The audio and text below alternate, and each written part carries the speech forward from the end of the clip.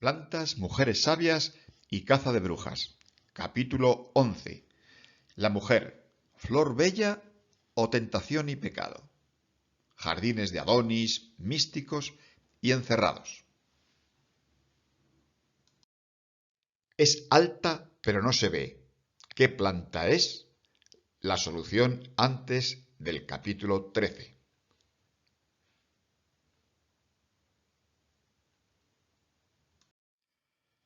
Buenos días, o buenas tardes, o buenas noches, como sea. Seguro que este segundo acertijo os resultó más fácil que el primero, aunque debo pediros disculpas por engañaros con el término planta. Reconozco que he jugado con ventaja, pero bueno, ya no tiene solución. Efectivamente, la planta 13 es más alta que la 12, pero no se ve. La quitan, la borran de los edificios. Los supersticiosos no la construyen. El ascensor no para en la planta 13 porque no existe. Dicen que es para evitar la fobia al número 13, llamada triscaidecafobia, y a la mala suerte que trae consigo este número. O sea, se trata de una fobia supersticiosa. Un portavoz de Otis International, fabricante de ascensores, calcula que el 85% de los edificios construidos en Estados Unidos con más de 13 plantas se han saltado el número de la mala suerte. Pero no vamos a perder el tiempo justificando esta historia, ni con el capítulo 13 del Apocalipsis, ni con los 13 malignos de la Cábala, ni del nórdico Loki, ni de los 13 apóstoles de la Última Cena. Ni en China ni en Corea hay problemas con el número 13. Ah, pero existe otra fobia, la tetrafobia, miedo supersticioso y irracional al número 4. Así que en muchos edificios que no quieren enfadar ni a neoyorquinos ni a chinos, además de la 13, se suprimen las plantas 4, 14, 24, 34 y no digamos ya la 44. Es una táctica de marketing. Los vendedores no quieren asustar al porcentaje de supersticiosos cultos y ricos que, como tienen buena suerte, les espanta poder perderla. Se trata de un ejemplo más del poder que la magia y la sinrazón tiene sobre la especie humana. Nuestros miedos y angustias los proyectamos haciendo responsables a la mala suerte, a otras personas, a otras ideas, a otras religiones. Con eso les damos un poder inmenso sobre nosotros y al mismo tiempo justificamos nuestra violenta defensa contra ellos.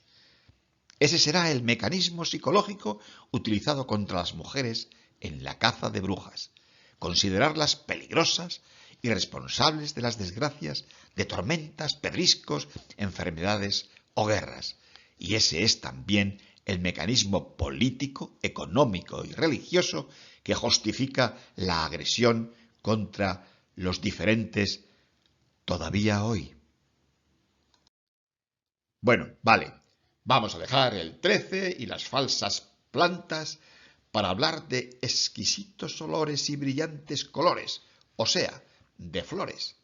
Cada cultura ha tenido su propio simbolismo en las plantas, pero todas ellas han visto en las flores una forma plástica de simbolizar la fecundidad, la alegría y la belleza. Y todas las culturas han tenido también una forma propia y más o menos organizada de ordenar, cultivar y utilizar flores como ornato, elaborando magníficos ramos, coronas, guirnaldas. El recurso a las flores como adorno ha existido desde siempre. Otra vez Egipto. Egipto como cultura antiquísima. Pues sí, ahí las flores tenían una gran preponderancia. También en Babilonia.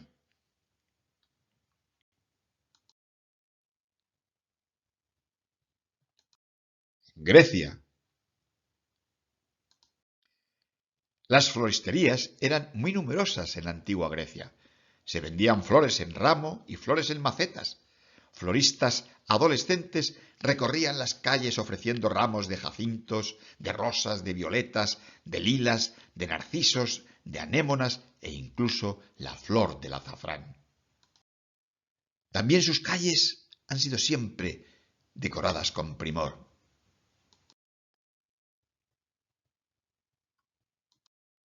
Los jardines romanos fueron también abundantes.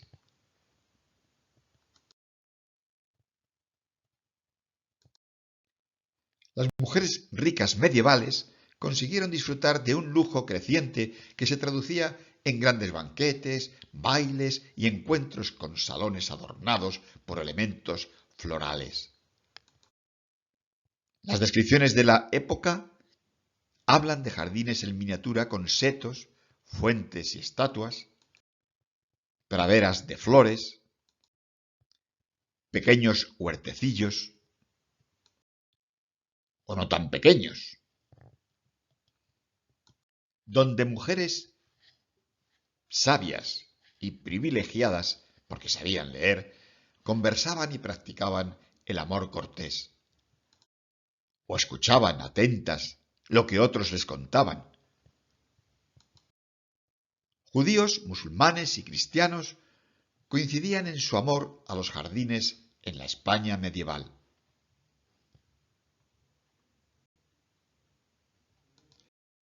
En el Renacimiento se pusieron de moda los patios con decoración vegetal y jardines en el interior de palacios o castillos sólo asequibles a nobles, ricos comerciantes o indianos que habían hecho fortuna en las Américas. Con el crecimiento de las ciudades se redujeron los espacios ajardinados en los núcleos urbanos que sólo permitían patios interiores. Así que mientras unos presumían de castillos, otros estaban muy orgullosos de sus flores. Las mujeres del campo y de la clase trabajadora no tenían jardines palaciegos, pero competían entre ellas fabricando arreglos florales en sencillos jarrones. Parece que fue Cervantes el primero en utilizar la palabra maceta, mazo o ramo de flores en italiano, en su obra Rinconete y Cortadillo. Hasta entonces, la palabra idónea para nombrar lo mismo era tiesto, del latín testum, vasija de barro. Los persas y griegos conocieron las macetas y las llamaban retales del paraíso, recuerdos de toda belleza. Los tiestos siempre han sido un adorno que las mujeres humildes, pero sabias también, han preferido para sus ventanas. En todos los pueblos, pequeños o grandes, veremos ventanas preciosas con tiestos. Los jardines de Adonis en Grecia, Egipto y otras culturas helenizadas eran unas macetas especiales que construían en las mujeres en tiestos y canastas planos y que dejaban en los tejados sembrándolas con plantas de muy rápida germinación, como el hinojo, el perejil, la cebada, lechugas, y cuyos rebrotes simbolizaban la resurrección de Adonis, el hermoso joven de quien se prendó Afrodita. Luego, en las fiestas llamadas Adonias, celebradas exclusivamente por mujeres, esos jardines de Adonis, esas macetas especiales, eran arrojadas al mar, para algunos investigadores con la intención de provocar una magia simpática que fomentase la fertilidad femenina. Para otros expertos, dado que las plantas de un jardín de Adonis se secaban rápidamente al calor del sol, simbolizaban lo superficial, lo inmaduro y ligero. «Eres más estéril que un jardín de Adonis». Era un dicho griego que pasó a significar cualquier cosa que fuera de temporada y de vida breve. Hoy en día, las mujeres sabias andaluzas convierten en vergeles de color y olor el interior de sus pequeños pero cuidados patios. Esa fue y es la decoración floral preferida en el interior de las casas de los pueblos andaluces o para el exterior de sus estrechas calles. En época romana ya eran famosos los patios cordobeses, porque la jardinería y las macetas eran muy del gusto de la España musulmana.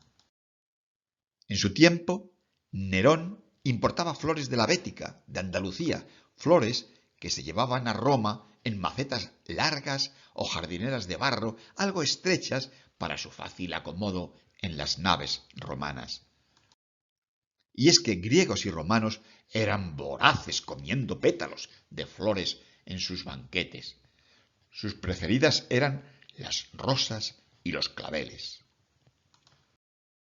En la cocina oriental se han usado desde tiempos inmemoriales las flores de azahar y las de caléndula. En China siempre se han elaborado platos a base de azucenas. Las flores de capuchina eran muy conocidas y empleadas en la cocina persa. Los incas reverenciaban el girasol y lo utilizaban en sus ceremonias. Y en la época victoriana no era raro añadir pétalos de rosa a los platos, y las violetas escarchadas estaban consideradas un manjar muy especial. Solimán. Solimán era un amante de los tulipanes. Los tulipanes turcos se han usado en elementos decorativos desde el siglo XII. La planta también se convirtió en un tema recurrente en arte, poemas, historias y artesanías, y su patrón se ha impreso en decoraciones de mezquitas, alfombras, cascos de guerra, túnicas, faldas e incluso dinero. En países como Holanda y Bélgica no había familia que no cultivase en su jardín algún tipo de tulipán turco, cuyo precio en el mercado llegó a ser prohibitivo. En 1634 se hablaba de que era casi tan caros como una casa. En el siglo XVI, países como España, Holanda, Bélgica, Inglaterra o Francia, que afianzaban o ampliaban sus colonias, traían en sus barcos distintas variedades de plantas. Rosas y peonias desde China. Orquídeas de América del Sur. Plantas de bulbo como la fritillaria o el jacinto de Oriente Próximo. Los tulipanes asombraban a los comerciantes holandeses, que gastaban en ellos enormes sumas de dinero y que incluso trajeron una profunda crisis económica al estallar la burbuja de su valor. En los cuadros de la escuela flamenca pueden verse complicados arreglos florales con exóticas flores. Lo cierto es que sólo los muy ricos podían permitirse esas plantas tan novedosas. De hecho, algunos arreglos que plasmaban los pintores costarían entonces incluso más que el propio cuadro. Eran además cuadros imposibles de recrear en aquel entonces en la realidad, con jacintos, peonias, amapolas, rosas y liliums en perfecta floración. La belleza de las flores ha sido una constante para el regalo o la decoración, para la expresión de la alegría o la tristeza, del agradecimiento, de la súplica o la petición de perdón. Es por eso que los arreglos florales han sido siempre utilizados en las catedrales medievales o modernas, en los banquetes, las fiestas, el interior de las viviendas, en las calles o en cualquier acto social, porque más que de riqueza y ostentación son la representación del buen gusto. Botticelli asoció a la mujer con la primavera, la belleza y las flores. En el Renacimiento, mujeres y flores estaban obligadas a ir juntas, manteniendo una relación muy estrecha. Os pondré un ejemplo de esa relación. ¿Cómo llamaríais a esta bebé? Tenéis más de 30 nombres de flores donde escoger.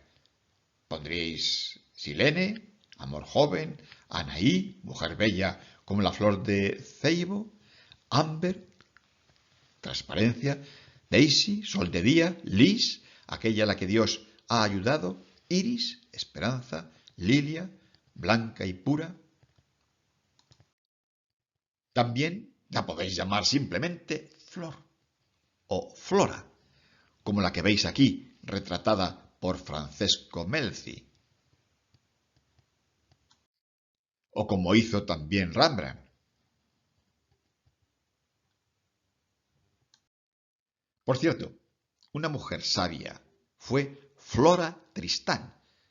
Vivió de 1803 a 1844. Fue escritora, pensadora, socialista y feminista francesa de ascendencia peruana, quien no dudó en recurrir a la indumentaria masculina para denunciar la explotación de los obreros ingleses o la atroz esclavitud de las mujeres, cimentada por las leyes y los prejuicios. Fue la abuela del pintor Paul Gauguin. Decía algo así como: todas las desgracias del mundo provienen del olvido y el desprecio que hasta hoy se ha hecho de los derechos naturales e imprescindibles del ser mujer. Esto lo escribió en Unión Obrera.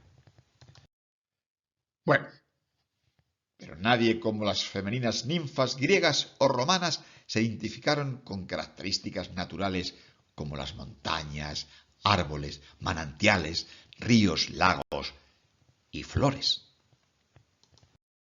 Aunque llegó un momento en que la asociación parecía demostrar más que la mujer, en lugar de flor, se convertía en florero.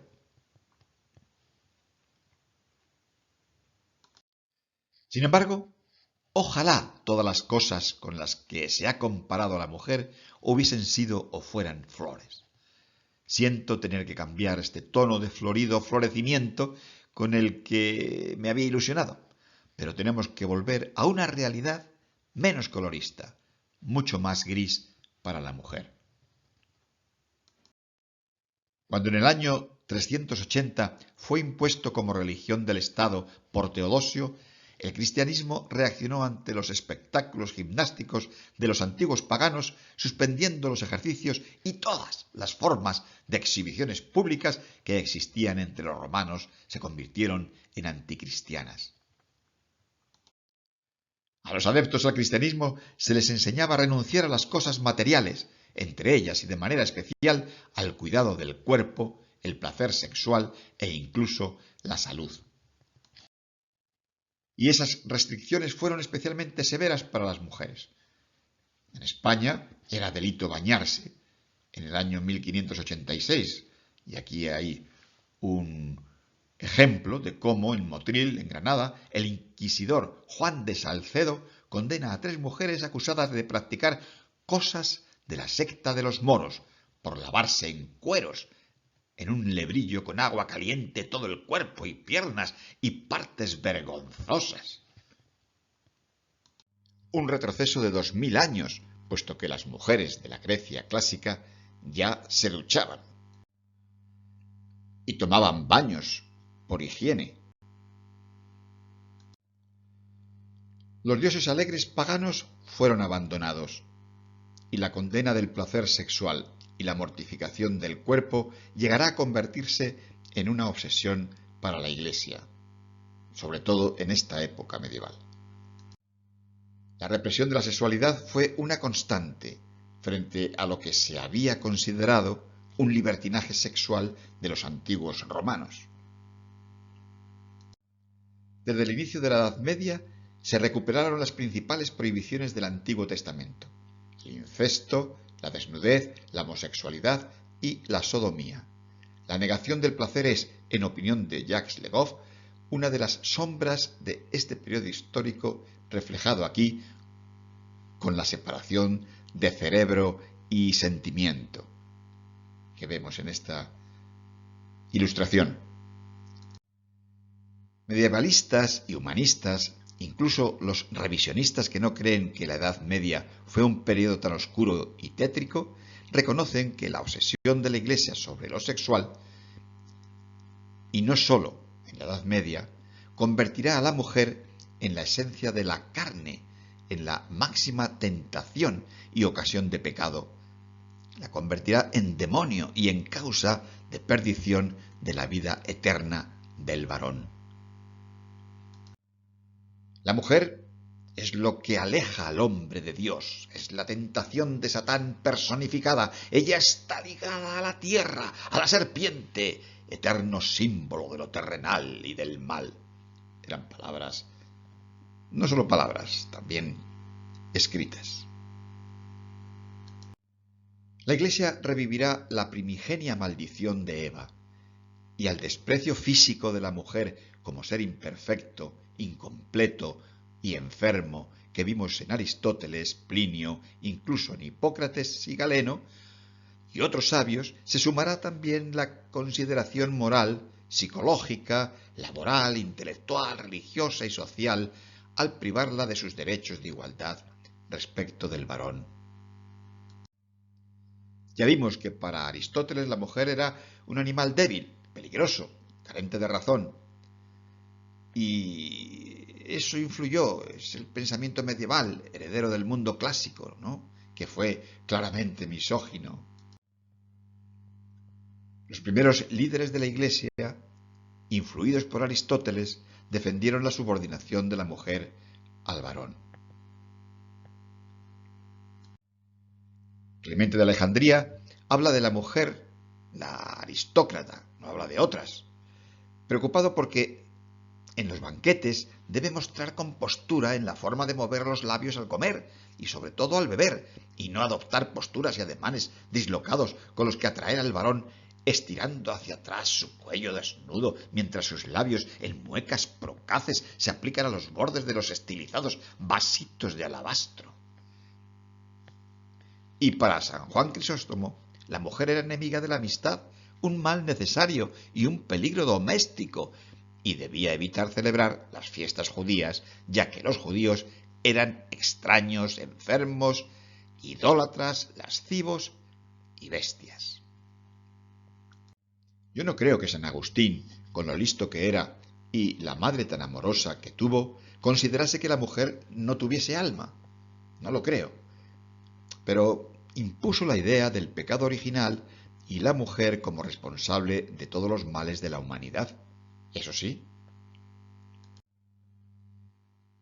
Bien, aquí tenemos una pirámide social.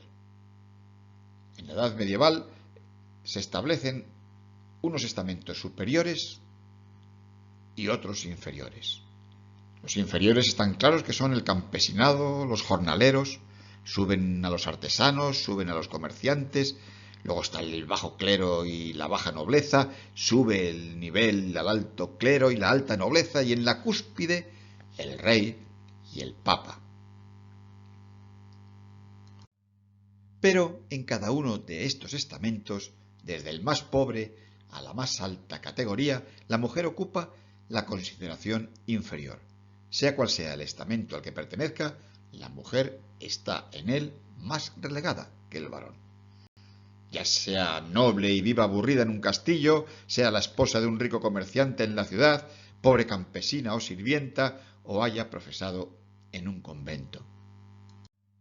En todos los aspectos que podamos considerar, la mujer será postergada y objeto de una especial violencia particular e institucional, laica o eclesial, en comparación con el varón. En ese tiempo, y bastantes años después, la ley permitía que el marido cornudo matase a la mujer si se demostraba el adulterio. Silvestre de Angulo, en 1565, mata a su mujer y a su amante a cuchilladas, atención, en una plaza pública de Sevilla, ante todo el mundo. Incluso un espectador que ve que no ha quedado muerto suficientemente el adúltero, le llama y le dice que sigue vivo. Y Silvestre de Angulo lo remata con su navaja. Esto que veis aquí, mal visto porque no está muy clara la diapositiva, pero no es Manhattan, sino la floreciente ciudad de Bolonia, con más de 80 torres construidas por las familias más poderosas. Por eso choca mucho que en una ciudad así, que en la Edad Media pues ya parecía una ciudad moderna, hubiese promulgado el siguiente decreto. Atención. Ya que la mujer es la razón primera del pecado, el arma del demonio, la causa de la expulsión del hombre del paraíso y de la destrucción de la antigua ley, y ya que en consecuencia hay que evitar todo comercio con ella, defendemos y prohibimos expresamente que cualquiera se permita introducir una mujer, cualquiera que ella sea, aunque sea la más honesta, en esta universidad. Así rezaba el decreto en las puertas de la Universidad de Bolonia en 1377.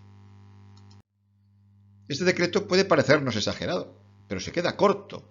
Recordamos que en España, Concepción Arenal, la célebre penalista que visitaba las cárceles, se disfrazó de hombre a mediados del siglo XIX para poder asistir como oyente a las clases de Derecho de la Universidad Central de Madrid.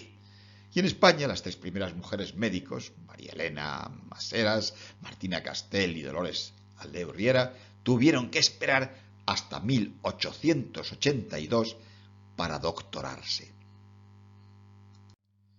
Sin duda, muchas mujeres medievales compitieron con el hombre en igualdad de derechos. Realizaban operaciones mercantiles, desempeñaban diversos oficios y tenían influencia en terrenos como la política, la religión y la cultura, sin duda. Pero los datos confirman que eran una minoría privilegiada de la nobleza, religiosas, comerciantes o de gremios muy femeninos. La inmensa mayoría de mujeres eran campesinas, no eran nobles ni monjas, ni tenían prósperos negocios, y la regla general era que deberían casarse, porque solteras eran carne de cañón, que decimos ahora, para la explotación o la violación. Se les relegaba a trabajos inferiores. Por ejemplo, en la construcción, las mujeres solo podían hacer la mezcla del hormigón y acarrear piedras, pero no hacer planos, ni mucho menos tener el privilegio de ser maestras de obra. Además, a trabajo igual se les pagaba menos que al hombre. ¿Os suena esto? Tampoco las mujeres del Renacimiento podíamos decidir nuestro destino. Por nosotras decidía nuestro padre, nuestro marido, o en su ausencia, nuestro hermano. Porque Adán es hijo de Dios, hecho a su imagen, pero Eva es solo hija del hombre, pues salió de su costilla, como se ve aquí en la escultura. El matrimonio era un mal menor, ya que para la mujer de la alta Edad Media, el matrimonio, además de reducto de amor, suponía una protección contra la pobreza y la exclusión social. Por algo se habrá quedado soltera, dirían las malas lenguas. Aunque muchas mujeres preferían el convento, porque en él respiraban más libertad y podían disfrutar de muchísimas más oportunidades intelectuales al aprender a leer y tener acceso a toda la cultura conservada en los monasterios. Santa Catalina de Siena pudo aunar estas dos posibilidades. Profesó en un convento y entre sus visiones místicas se vio también desposada con Jesús. Si bien ese privilegio no la evitó ser perseguida por demonios. En el estamento religioso, y a pesar de la demostración de espiritualidad y servicios humanitarios que las monjas realizaban o realizan, como mujeres ocuparán siempre un estatus supeditado. Tampoco tiene nada de extraño, dado que en la actualidad a la mujer se le impide acceder al sacerdocio más de 2000 años después de instituirse a la Iglesia. El Vaticano revisó su normativa en 2010 y determinó que el abuso a menores y el intento de ordenación de las mujeres son, hoy por hoy, los crímenes más graves contra la legislación eclesiástica. Desde el punto de vista eclesiástico, que será socialmente el predominante, la mujer medieval, renacentista o moderna solo será valorada en el papel de madre y en el de ejemplo sumiso de pureza. Pero incluso en esos dos cometidos se la obligará a igualar el altísimo listón que María, Madre de Jesús, concebida inmaculada, propone. María será el ejemplo a imitar, siempre adornada de flores que representan las virtudes propuestas a todas las mujeres. El jardín simbólico es una obra anónima que puede ser fechada entre el siglo XI y el siglo XIII. La obra se inicia con una descripción del jardín, mencionando al jardinero, las plantas, el cercado, la puerta, la tierra, el sol, el agua, los vientos, las estaciones idóneas para plantar, los sonidos melodiosos de las plantas que convierten al jardín en un paraíso, y finaliza con textos tomados de los salmos de David. La parte más importante está dedicada a la descripción de 12 plantas, cada una de las cuales aparece asociada con una virtud. Veamos esas asociaciones. El limonero, la pureza. El lirio, la pobreza. La higuera, con la dulzura. La vid, alegría espiritual. El granado, con la valentía. La violeta de Persia, con la moderación. La palmera, con la justicia. El estoraque, con la oración. El olivo, con la misericordia. La zarzaparrilla, con la ciencia. El espino, con la sumisión.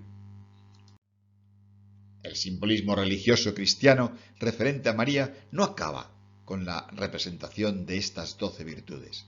La relación de María Virgen con las flores es infinitamente más compleja y prolija, hasta el punto de que se recuerdan y relacionan los misterios de su vida con cientos de flores espirituales ensartadas en una preciosa oración, el rosario, una corona de rosas verbales, de piropos y alabanzas como ninguna mujer ha tenido jamás. Desde luego, el de Madre de Dios es el primer y más excelso requiebro, pero también Madre de la Esperanza, Madre amable, admirable y del buen consejo. Santa Virgen, prudente, digna de veneración y alabanza, poderosa pero clemente, fiel y justa, sabia y alegre, vaso de honor y devoción. Rosa mística, torre de marfil, casa de oro, estrella de la mañana, salud, refugio y consuelo de necesitados. Reina de la paz. A todas esas alabanzas les acompañarán las ofrendas florales físicas, en los infinitos altares, imágenes, santuarios o lugares públicos o privados donde se venera su recuerdo sagrado.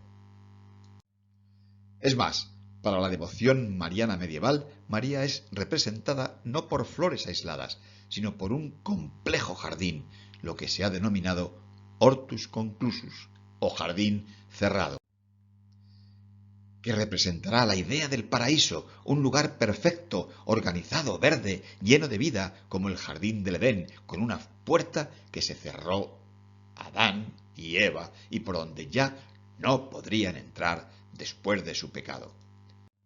Uno de los cuadros más famosos y llamativos con este tema es el del Jardín del Paraíso, de un pintor anónimo del siglo XV, a quien se llama Maestro del Jardín del Paraíso, vinculado a la ciudad de Praga y relacionado con los Van Eyck. Se nos presenta a María en el huerto cerrado como una delicada mujer leyendo. La imagen del huerto cerrado, así como la de la fuente sellada, aluden a la virginidad de María y también de la ausencia de pecado en su ser. El seno de la Virgen solo fue acariciado por la gracia de Dios, de modo que ningún hombre manchará su pureza.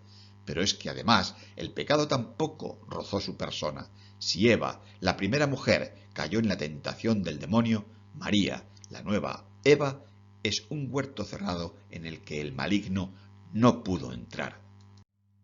Como para todo el mundo cristiano, María encarnaba todas estas virtudes, debemos reconocer que se trata de una mujer sabia y que supuso y sigue suponiendo un ejemplo vivo para miles y miles de mujeres de todas las épocas que han intentado imitarla. Desde los orígenes del cristianismo hubo mujeres que, tomando como ejemplo a María, se retiraron del mundo e intentaron practicar una espiritualidad plena, profesando en cenobios y monasterios, renunciando a su sexualidad y al culto a su cuerpo. Pero aquellas otras mujeres que querían contraer matrimonio debían ser atractivas a sus maridos, para lo cual tenían la obligación de cumplir con el canon de belleza, que por supuesto era impuesto por el varón. Os emplazo a que en el próximo capítulo seáis testigos del esfuerzo en cuidados para embellecerse que utilizaron las mujeres medievales y renacentistas. La Celestina, prototipo de bruja urbana, nos hablará de las plantas y técnicas que ella aconsejaba para los afeites necesarios para conseguir su objetivo de asegurarse la atracción de un marido. Ponte guapa, Melibea, para que todo el mundo te vea. Anda, anda, vete a darle de comer al caballo, que falta le hace. Solisto. Os dejo con Melibea arreglándose, ya que a Solixto no le hace falta porque marca tendencia. Gracias por vuestra atención. Nos oímos en el capítulo 12.